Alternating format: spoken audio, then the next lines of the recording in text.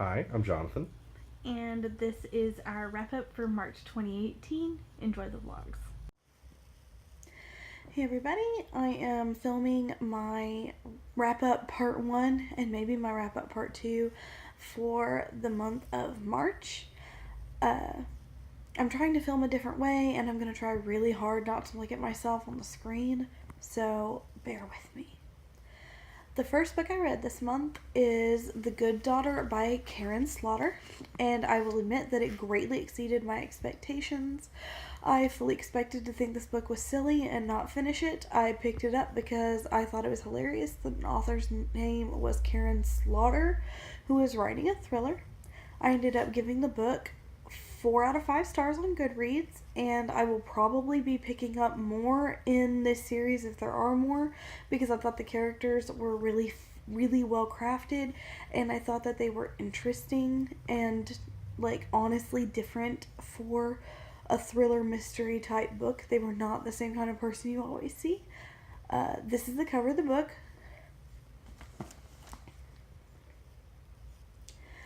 And I would recommend it for anybody who enjoys the mystery genre in general, but is not super into crime procedural, because it is not told from the point of view of a detective. It's told from the point of view of a lawyer, actually the point of view of several lawyers, which is interesting and different, and it doesn't have anything to do with the actual procedure of trying a crime. It is interwoven with the past. I liked it a lot. I would say that you should tread carefully if you need CWs for sexual assault, especially of children. And I don't think that that is a spoiler, considering that the book focuses around defense lawyers. So some of the people they talk about and the things that happen have to do with really sensitive subjects in general. Also, school shootings. I know that that's one that people often need help with, so I decided to go ahead and do the second part of my March wrap up, even though I don't have the book with me, because I don't get a lot of opportunity to film without my daughter here, and I can always just have Jonathan put a picture of the cover right about here. Hi. As you can see, hopefully, the book is The Stone Sky by N.K. Jemisin. It's the third book in the Broken Earth trilogy. I reviewed the other two books in it last month, and I really loved them. I would highly recommend it to anybody who loves fantasy. Honestly, I think most people who like sci-fi would also enjoy it, because it's written a little bit differently than most fantasy is written, but it is terribly heartbreaking, and every character is turned in upon themselves. They have so many layers, and the entire world has so many layers, and there's so many twists and turns. I don't know. It's just really good. I like it a lot. I gave it 5 out of 5 stars, just like I did the other ones. I think we're gonna do a review where we both talk about it, since we're both almost done with it.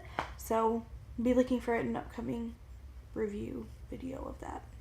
Hi y'all, I'm here to do the wrap-up reviews for my third and fourth books I've read this month, and I'm just going to get right into it because I don't have a lot of time. I was doing chores, but I needed a break. The third book I read this month was Akata Witch by Nnedi Okorafor, and I love this book. This is what it looks like. And you should be paying attention to the cover, because you should immediately go out and get a copy of this book and read it. It's really good.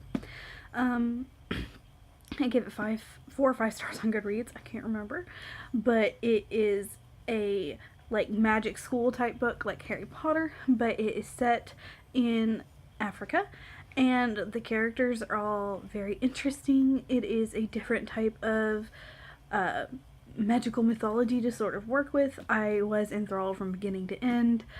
It's very funny, almost in a mean way, it's sarcastically funny, and it's scary, really scary, which I didn't expect, because it's a YA book, but honestly I would say it's a younger YA book, like a 13-14 year old kind of range. But I really think that this book needs more attention. It needs to be talked about because it's really good. Like, I've heard a lot of stuff about Nnedi Okorafor's other books, the Binti series in particular, but I had only heard one person talk about this book, and it was a middle grade teacher, and she specifically reached out and told me that she thought I should read it, and I ended up moving it up my to-read list because she was so excited about it, and I'm glad that I did. So, I think that everybody needs to start reading these books so that I can have more people to talk to about them, honestly. They're really good. And the fourth book that I read this month is Good Omens by Neil Gaiman and Terry Pratchett. This is what the cover looks like. At least of this particular edition. It's been done a lot. It's very popular. It's been on my read list for a long time. I only gave it 3 out of 5 stars. I do see why people love it. Nobody jump on me. I get it. It's just, I don't think that this book has aged very well in a lot of ways. Like, it's very funny, like super witty, but also a lot of the jokes rely on some uncomfortable stereotypes. Like, they're not really funny. They're just sort of mean. I don't know. But I'm very excited for the TV show now because I think it's going to make an excellent TV adaptation. It's one of those books that when you read it, you're like, this would make a great movie. This would make a great TV show.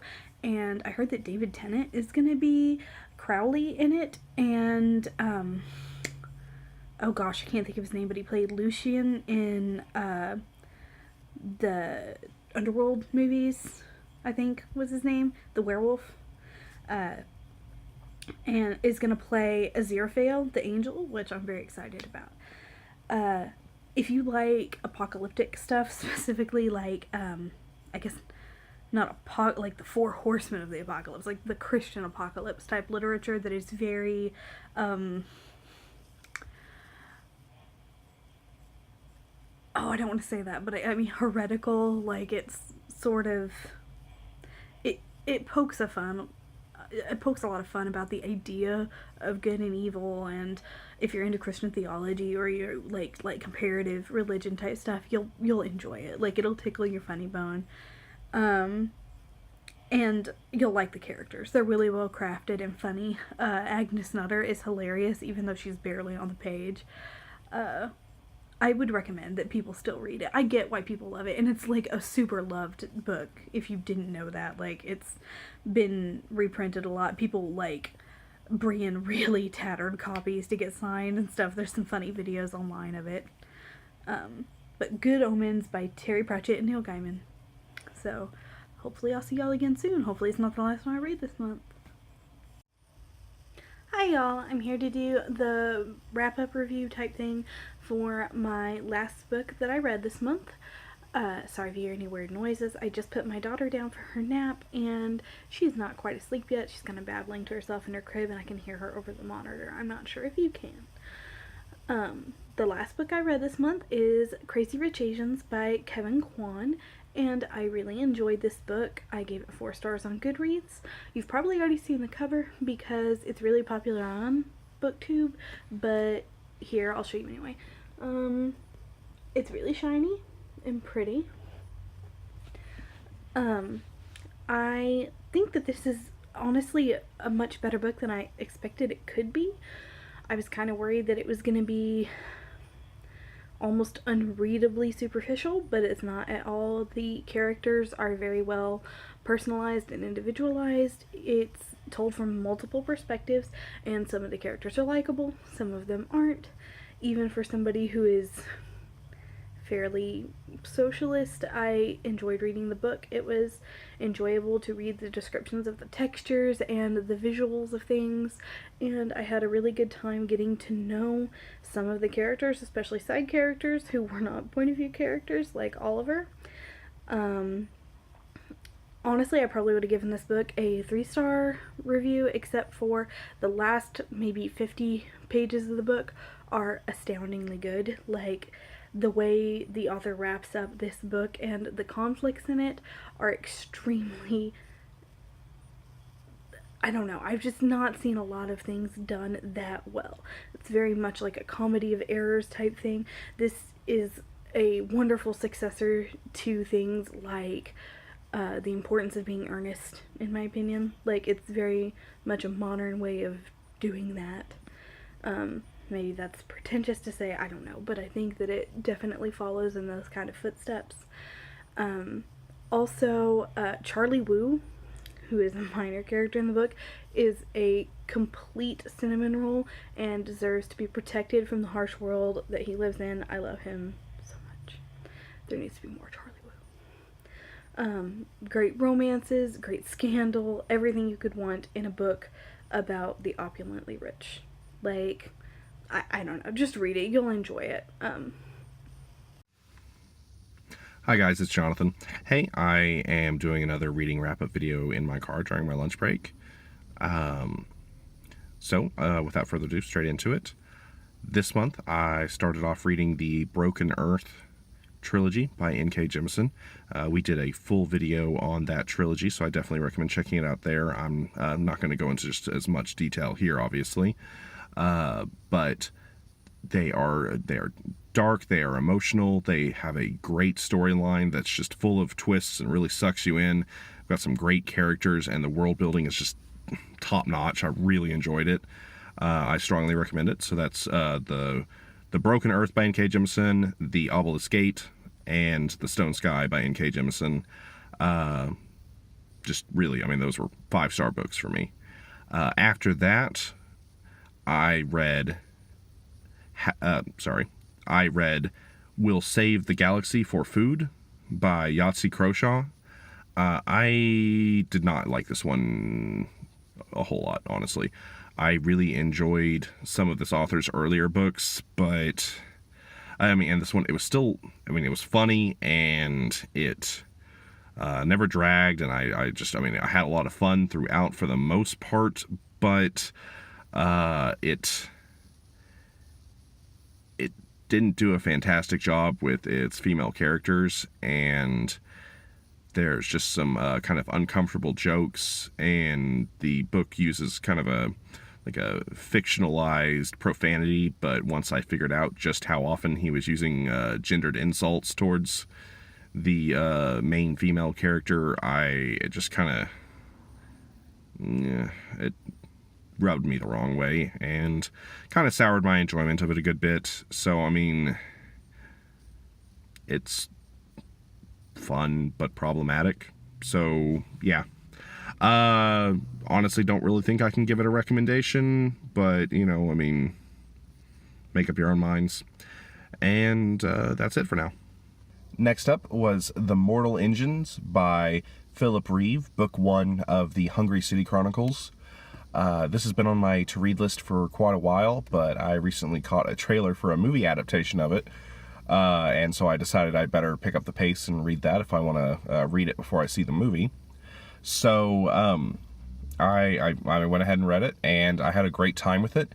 It's popcorn fiction, but I had a lot of fun with it. It's got a real like steampunk vibe. For those of you who don't know, it's about like in the far off future in a kind of post-apocalyptic dystopia setting. All the cities of the world have rebuilt themselves into like moving cities on treads or wheels or whatnot, and cities hunt down other cities and like essentially eat them for raw material and spare parts and things like that. It's set in the great traction city of London.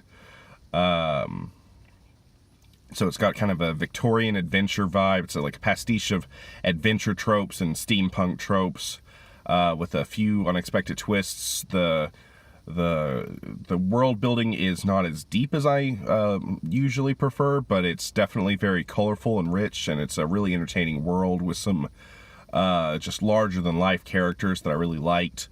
So I had a lot of fun with it, and I definitely recommend it. And that's all the books we read this month. Check out the Doodly-Doo for links to our Goodreads and all the books that we read. And, give us a like. Comment on what your favorite book was this month that you read. We'd love to hear from you. And go ahead and subscribe to the channel if you'd like to see more videos from us. We'll see you again next time. See y'all soon.